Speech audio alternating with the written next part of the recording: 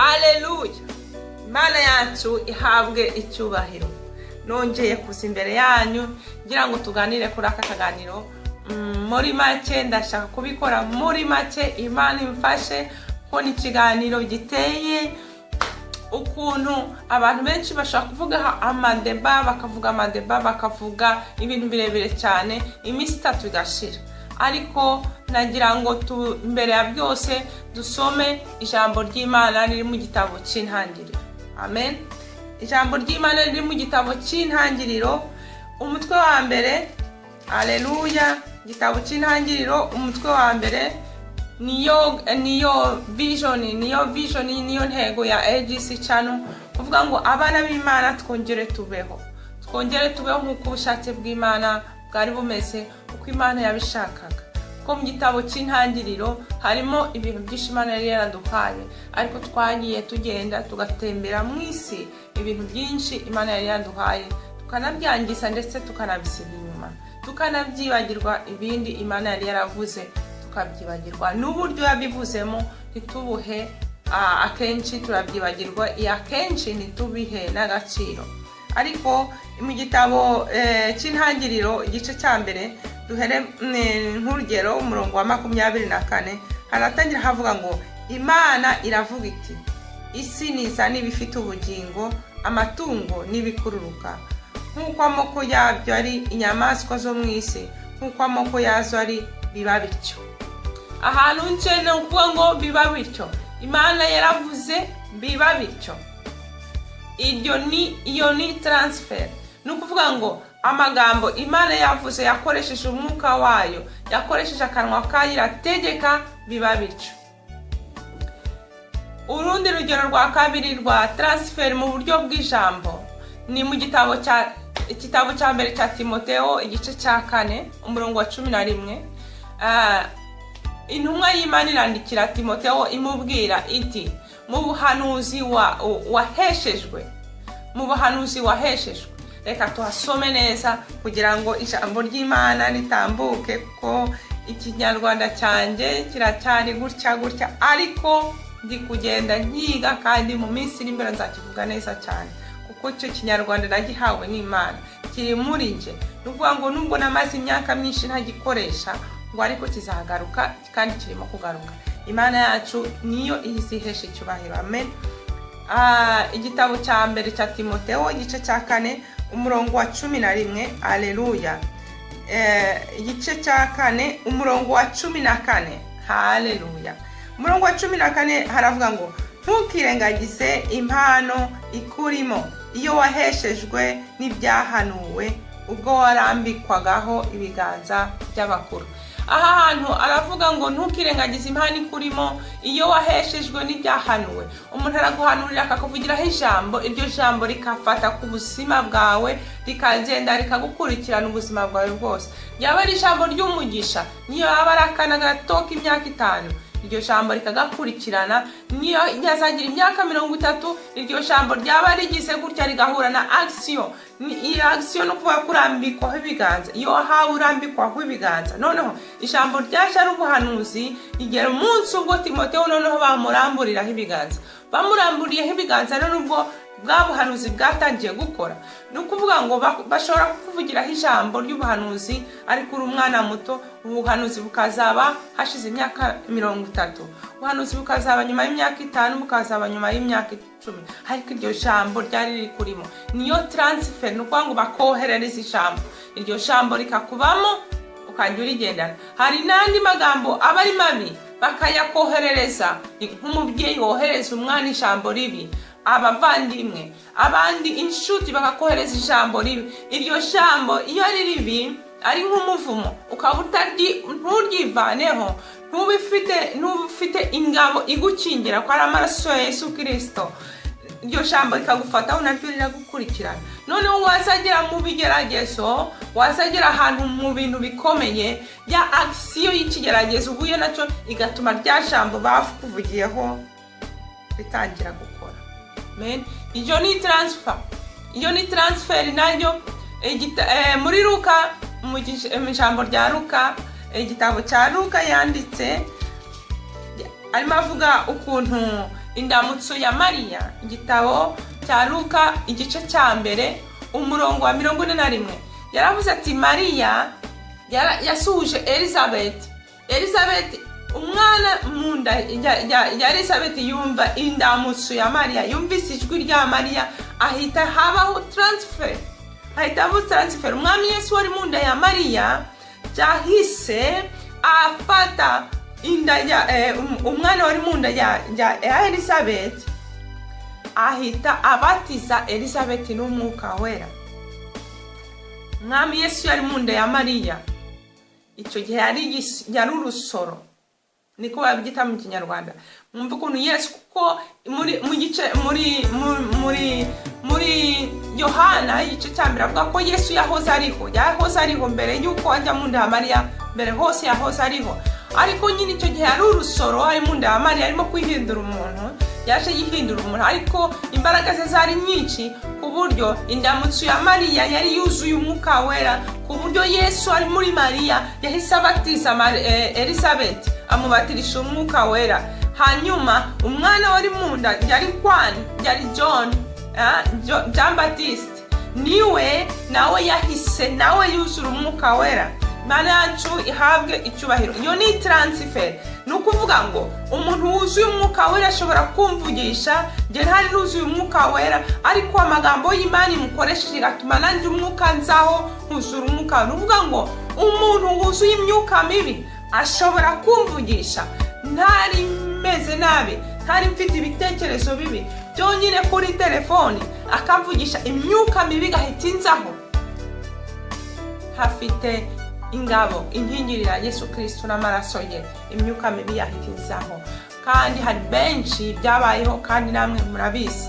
Niyo mpamvu nzanye iki kiganiro, kubera iki hari abakristo benshi bagowe, abakristo benshi barembye, abakozi b'Imana benshi bananiwe, kubera yuko basengera abantu ejo bakaba bamerewe nabi kurushaho, bagasengera abantu ejo bakaba bararembye, bagasengera abantu bagatangira birukira mu nsengero, bakava mu nsengero bakagiye ngo barimo gushaka uwabasengera, barimo gushaka uwabakiza, barimo gushaka, naho ntabwo basi uko bagiye niko bagenda bafata izindi transfer zigenda zibacamo.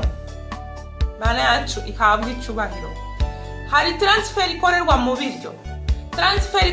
biryo, iranditswe mu gitabo cya mu cy'intangiriro igice cya 25, naho haranditse ngo Yakobo yatekeye ibiryo Esawu amaze kugera mu rugo ashonje, nibwo yarebye ibyo biryo bitukuye Yakobo yari yatetse, yumva ngo arapfuye, ndetse yaramubwiye ati ariko se, ati wampaye ibyo biryo nk'iri, ati ko n'ubundi numva mpfuye, ati ngiye gupfa, ati ubundi ubutware bwanjye bwamarira iki? Naho ntabwo Esawu ntabwo yarimo gupfa yishwe n'urundi, ntabwo yarimo gupfa yishwe, yumvaga apfa ariko atishwe n'inzara, yarishwe nuko umwuka w'ubutware warimo kumuvamo, kubera ukuntu yari yakunze ibiryo kurusha ubutware bwe. Umwuka w'ubutware wari mumuvamo, nibwo yumvaga apfa, yarimo arimo acika intege, akumva ikintu kirimo kiramuvamo, akumva arimo aragenda, abwira Yakobo ati ariko ndimo gupfa, ibiryo nirire utware ubutware bwanjye, n'ubundi ntacyo bwamarira mpfuye. Ariko iyo transfer yari yarakorewe mu ijambo, Alleluya, Imana yacu ihabwe icyubahiro. Yari yarakorewe mu ijambo mu gitabo cy'intangiriro igice cya 25 umurongo wa 23. Imana ibwira Abraham iramubwira iti Haleluya. Imana yacu ihabwe icyubahiro. Imana ibwira Isaka iti mu bana bawe harimo babiri, ariko ni ibihugu bibiri bizarwana. Haleluya. Iramubwira iti kandi umukuru azaba umugaragu w'umutoya. Nubwo ngo iryo jambo ryari ryaroherejwe, abana baravuka barakura baba basore kugeza igihe Yakobo yatetse. Iyo niyo action yituma ijambo bakuvugiyeho rikora. None se ubayeho hari amagambo bakuvugiyeho y'ubuhanuzi bwiza butigeze busohora? Ubayeho hari amagambo y'imivumo bakuvugiyeho ugendana nayo utabizi, itegereje ngo uzagira igihe igera mu bigeragezo ya mivumo bakuvugiyeho itangire yigaragaza navuga ati reke namubonye ahubwo ndanamuyoberwa. Imana yacu ihabwa icyubahiro. Twongere tujye mu ijambo ry'Imana riri mu gitabo cya Matayo igice cya 26 umurongo wa 26. Imana yacu ibaho umugisha. Iyi ni transfer kuva mu gitabo cya mbere cya Genesis kugera muri Revelation. Inyuma ikintu kirimo kibamo hano ni transfer. Imana iratanga abantu bakakira, abatakiriye nabo bagatakasa. Na Satani nawe arimo aratanga ububi bwe akabushyira mu bantu abandi bagati ibyabo. Transfer gutanga no kwakira, gutanga no kwakira. Reka twongere turebe igitabo cya Matayo. Imana yacu ihabwa icyubahiro. Haleluya. Matayo igice cya 26. Imana yacu ihabwa icyubahiro. Umwuka wera ariwe avuga, ariwe udufasha, kandi umwuka wera ariwe udufasha kumva. Amen. Umurongo wa 26. Haleluya. Aravuga ati bakirya Yesu yenda umutsima arawushimira, arawumanyagura, awuha abigishwa be, arababwira ati nimwende murye, uyu ni umubiri wanjye. Yenda igikombe aragishimira, arakibaha, arababwira ati mwere kuri iki mwese, kuko aya ari amaraso yanjye isezerano risha ava ku bwa benshi ngo bababarirwe ibyaha. Yesu ahangaha arimo aratanga, arakora transfer y'ikiribwa akoresheje ikiribwa kiri bwinjire mu mubiri kikazagira imbuto z'umwuka. Haleluya. Arongera abaha amaraso, abaha ikinyobwa, agihindura amaraso ye. Ikinyobwa kiri bugere mu mubiri kigahinduka amaraso, nuvuga ngo kigahinduka amaraso, kigasukura amaraso y'umubiri. Amaraso yacu afite ADN ni ya yindi biologique yandi abaganga biga bakayireba bakabakora bati ADN yawe ni ngiyi. Ariko ADN yacu y'umwuka nayo uko mpushe umwuka wanje ushobora kufatira mu kirere, ashobora kufata akavuga ati mu mwuka wawe nasanze harimo iyi ADN y'umwuka nayo ibaho. Jo ADN hari ibiri imeze iti: iyo umuntu avutse umugabo n'umugore babyara umwana bakamutransfera ADN yo mu mwuka niyo mu maraso ya biologique bikaba mu mwana. Impamvu Yesu yavuze ngo tubatizwe, yaravuze ngo ubatijwe arapfa akavuka akongera akavuka, nukuvuga ngo nukuvuka bundi busha. Yesu yarashatse ko uzabatizwa wese ADN biologique y'ababyeyi be irapfa. Yesu aragihanagura mu maraso ye agashiraho amaraso ya Yesu. ADN yo mu mwuka nayo yupfuye yubatijwe yo wibijwe kuriya urapfa. Yesu aragihanagura agashiramo umwuka wawe wera. Niyo mpamvu avuze ngo mubatizwe mu izina rya Yesu kugira ngo mubabarirwe ibyaha kandi mwakire umwuka wera. Ni naho ngaho rero, niyo transfer Yesu arimo gukora hano. Izi ntumwa ze arimo kuzikora transfer nayo akoreshejwe ibiribwa, akoresheje ibiryo. None se urareba rero wa muntu w'umusambanyi wagiye mu isoko, wa muntu warayusambana bugaca yazanye inyanya araziteretse aho ngaho, inyanya zisa neza yiruba zikorakora, uraje urazigusa.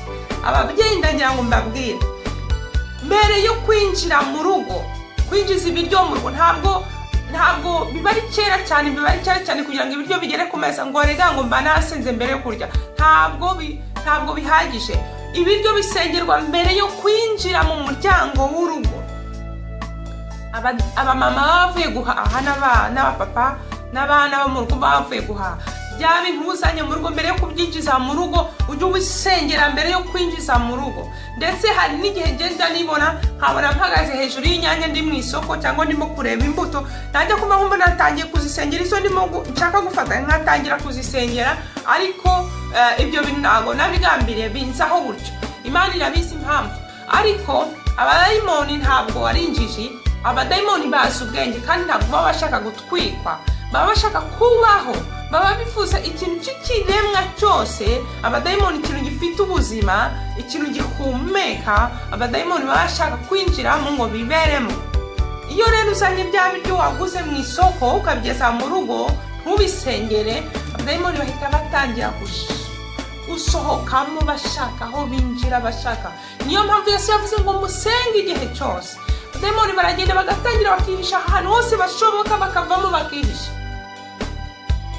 Hanyuma rero ibiryo bitaragera ku meza, wa mwana ati mama atereka ry'umuneke, atereka ry'iki, atereka ry'iki. Ni bangahe basenga? Ni bangahe bajya gufata kumva ibiryo ko niba harimo umunyu bakabisengera?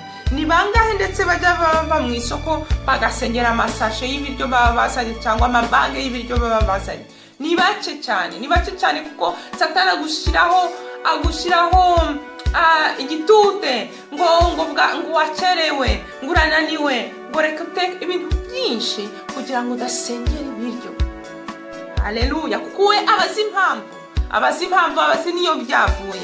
Imana yacu habwa icyubahiro. Ugasanga ari abantu barwaye indwara, bararembye, abandi bafite ibintu bibabaho, ugasanga abantu bakamaze kose aba bantu ko musenga, ko muhora mu nsengero kubera ubuzima bwanyu bumeze uko. Ubu ugasanga nabo mu isi barimo babareba bakaseka. Aba bantu bahora basenga kuki aribo bishwe n'agahinda, kuki ibintu bibamereye nabi? Kandi ukavuga uti Imana ko nacumura ku ijambo ryawe ndikunda, ko mpora mu rusengero, ko niyiriza, ko nsenga, ibi bintu bibaho. Yesu ntabwo ashaka ko abantu babaho bamerewe gutyo. Yesu ntabwo ashaka ko abantu babaho Satani arimo kubavuruguta hasi no hejuru. Ntabwo ibyo ngibyo Yesu ashaka, ko ntabwo bimuhesha icyubahiro. Izina rye abanyesi barakureba bagaseka ndetse bikabaca intege, bigatuma bataza ku Mana, kuko baba umerewe nabi, uvuga ati ninjyayo nzamera nk'uriya muntu. Mana yacu ihabwa icyubahiro. Icya kabiri, Daniyeli yageze ibwami yanga kurya ibiryo by'ibwami.